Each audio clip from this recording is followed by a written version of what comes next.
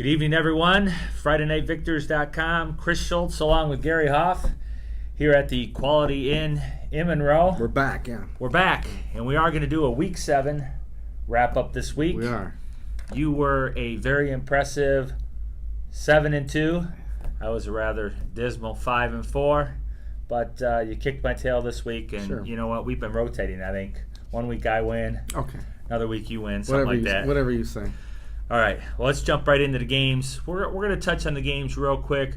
We'll talk about the 4 big games that we had up on the blog and kind of go from there.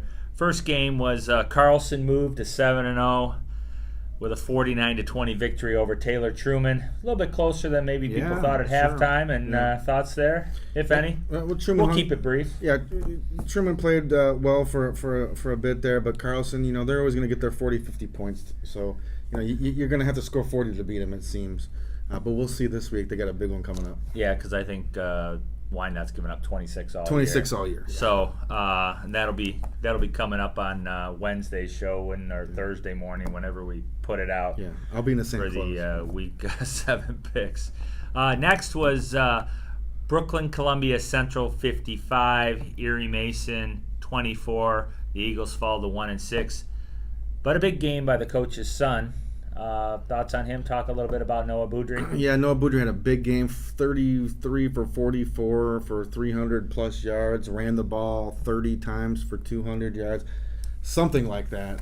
Is he selling popcorn at halftime massive stats for a freshman. Wow. So, I watched some of his huddle stuff. He doesn't look like a freshman. He's going to be great, and he's good right now, although it was in a kind of a lopsided loss, but when you watch him, Boudry, he's schooled, and those are big numbers any way you look at it. For sure, and they're battling. I mean, it would have been very easy for them to just lie down and lose a game, 55-0. But they're out there trying to score.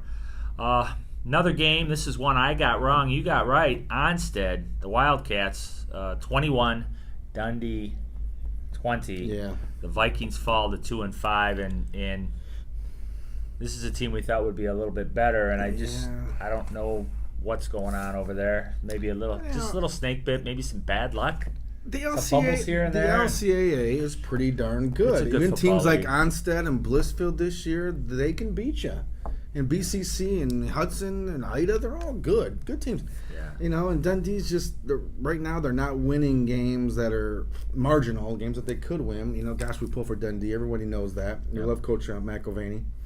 And just another heartbreaking loss. I think Vashner went down to the local watering hole after the game, and Frank.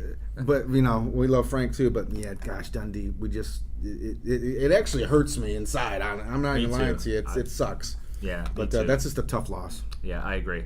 Next game was one that we differed on, like we differed on the last game. But Flat Rock moved to 5-2 on the season, with a 28-26 victory over the Bears of Jefferson in triple overtime. The Bears fall to 0-7. You had the Bears. I had the Mighty Rams of Flat Rock. Yeah. Your homeboys. Yeah. The Flat Rock homeboys. Thoughts on that game? Jefferson, man. They're battling. Coach Gene Janot, I know he's very good friends with my very good friend, Jeff Harrington. And they talk all the time. And, I've come to understand how great of a guy Coach Janot is, and you just root for guys like that. Sure. Jefferson, every week they're just right there, and people joke they're the best 0-7 team in the state. Well, gosh, they might be. They almost beat Ida. I talked to some Ida folks this weekend. He said Jefferson should have won that game. Without those 3 fumbles they had, Jefferson should have won. And you can almost say that every week. Right. They've been in a lot of games.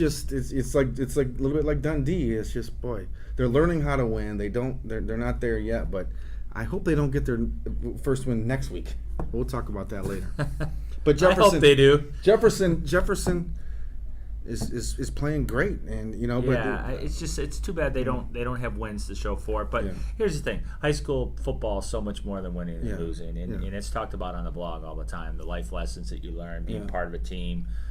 Just fighting for a common cause. I mean, Quickly, Flat Rock at 5-2, having a great year, right kind of where we thought they would be. They're got good players, good coach. We've been saying it all year long. Yes, we have. So, and a great win. Let's not say that was a great win. Jefferson is hard to beat. Yes, Although they're 0-7, they're hard to beat. Right. Okay, and that's a little bit odd, but they are hard to beat. And Flat Rock did a great win. But, Jefferson, it just shows you how much those kids love that coach because they don't quit. Right. They're 0-6 coming in against a team that's 4-2, and they played their hearts out. They're playing, and they're going to play their hearts out next week. I can guarantee it. Yeah, for sure. Okay, next was the Milan Big Reds improved to 4-3 as they traveled over to the island and beat Grosseal 51-21 in a game that wasn't that close, really. No. They opened up a can. That really surprised me when I saw that score going. Thoughts on that? Well, we both picked Milan, but we both thought it would be much, much closer than this. Yeah, we really did. And I think we both thought about picking GI. I know I did. But, well, Milan's Milan.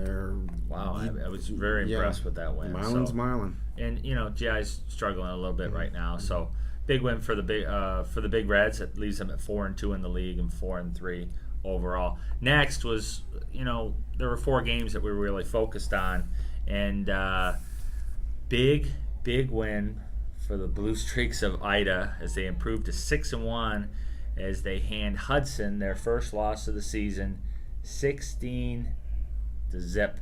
Thoughts on this game? Huge win for first-year coach Jeff Potter, who was just returning 3 starters, although on the line, thoughts? Yeah, you can't overestimate how great of a win this is, and I could probably say that 4 or 5 times with Ida.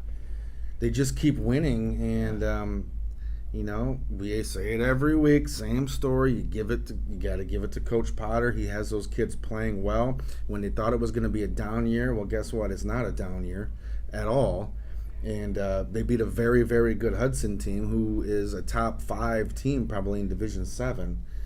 Certainly a top 10 team. And very capable of making a run. Very capable of making a run. I know Hudson had some turnovers that cost them, but Ida caused those turnovers. I mean, think about this. 3-4 weeks ago, they're giving up 47 points, was it, or something, to BCC, Brooklyn Columbia Central, and now they're shutting out Hudson. That's huge. It's just Ida's just, they got it rolling. I don't know. It's just the people on Ida got to be extremely happy. Where you just kind of think.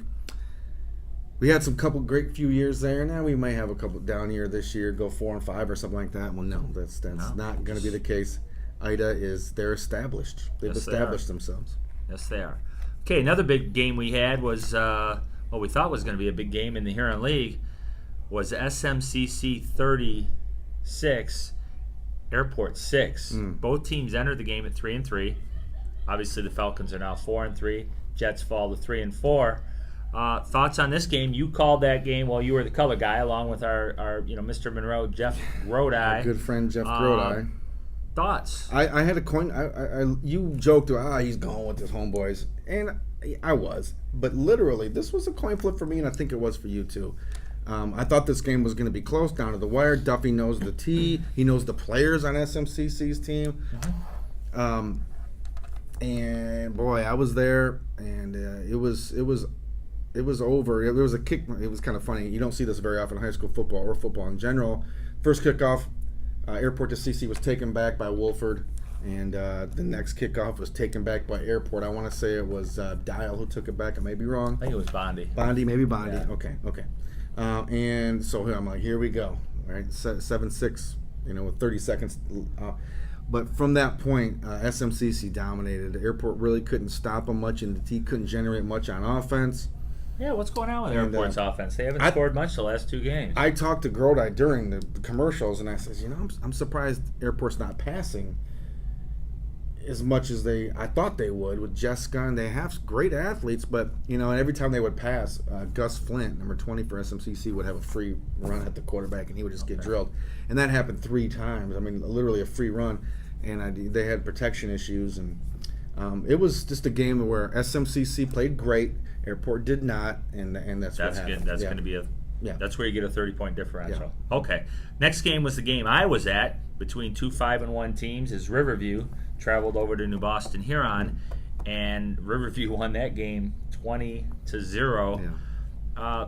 surprising yet not surprising as well as Riverview has played. You picked Riverview. Mm-hmm. I went with Huron, and I'll give some thoughts since I was there. Yeah. I thought Huron played pretty well defensively. They only gave up 20. In one was basically a 99-yard drive before the half that went 55 yards. It was 8-0 until that point, and then they went down the field and scored and made it 14. And then Huron couldn't generate anything offensively, and I can't figure out why, but they're just not scoring. I don't, Yeah. And Riverview's defense had a lot to do with that. They dominated the game at the line of scrimmage, which is where you win football games. But I was a little surprised that Huron was unable to score.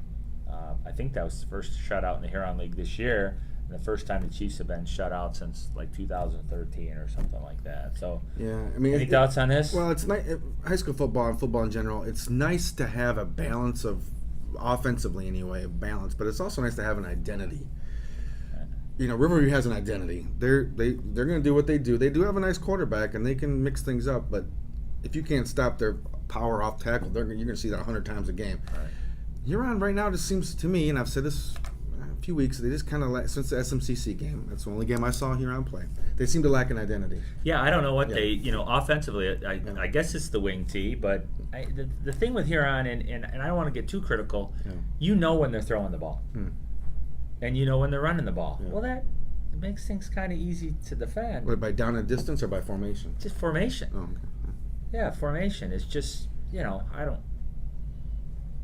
don't know. It just seems to me it wasn't that hard to stop them. There's obviously they have ability there. So, all right, our last game, and how much time we got going over there? We like to keep this under 15 minutes. We have everyone, 3 minutes. We're at 12-minute mark. All right, so we better hurry. So, our last game was the Gerwick-Nissan Game of the Week. And that was Bedford 38 and Monroe 21. Bedford moves to 6-1. The Trojans are 3-4. You had Bedford. I went with Monroe. I think I was just trying to differ with you there. Thoughts on this game? I mean, really not a big surprise, I guess, in the grand scheme of things. It went how I thought. Monroe homecoming at home. Obviously, they thought they would put up a fight, and they did for a good portion of the game. I think it was 31-21 at one point. And right. You got a chance to win it at that point, but Bedford's just a better team, and the better team won. I don't know if we can say much more than that. I would agree with that. So I mean, the better team won there. So there's your Huron League wrap up, as well as all the teams that we cover. It's the Friday Night Victors wrap up. Friday Night Victors wrap up. One other thing I want to touch on was Michigan State 14. That's why you wanted to get University of Michigan. That's why you wanted to get that last game in so quickly. Now I understand. I was at that game. Yeah. I will just say this: I am a Michigan State fan. He's a Michigan fan. We know that. He's way more of a Michigan State fan. I will say this: my fantasy football team's name is Trust Antonio. Yeah. And watching that game the other day, it was basically, and I said this to my buddies during the game, who are all U of M guys. It was Jim Trussell like the way they just got the lead, played defense, punt the ball. You can't score on us. Now the rain helped, but. Thoughts on this game? You had to be a little disappointed because you picked it to be 75-0. Yeah, well, okay. So that's what you sent me when I asked. Disappointing. The turnovers in the first half, I think, cost them a chance to win the game, certainly. But Michigan State, they caused the fumble, so but you can't turn the ball over. Yeah, you force 5 turnovers. You're not going to win many games. Can't turn the ball over in a rivalry game like that. Lose 5-0 in a turnover, let alone. But yeah, Michigan State won how they wanted to win that game. Really, they controlled things pretty much for the most part. And I think as long as D'Antonio's there and as long as Harbaugh's there, the games are going to be close. They're going to be won in the end, and that's okay. Yeah, I would agree. And that could be the case for quite some time, unless D'Antonio decides to hang it up and Harbaugh decides to go to Indy or something like that. Yeah. So, anyways, I wanted to throw that game in there. Obviously, it's easy for me to say that because I'm a Spartan fan. So, anyways, FridayNightVictors.com. Thanks for checking us out. That was our Week 7 wrap-up. Week 7 already. Thanks, everyone.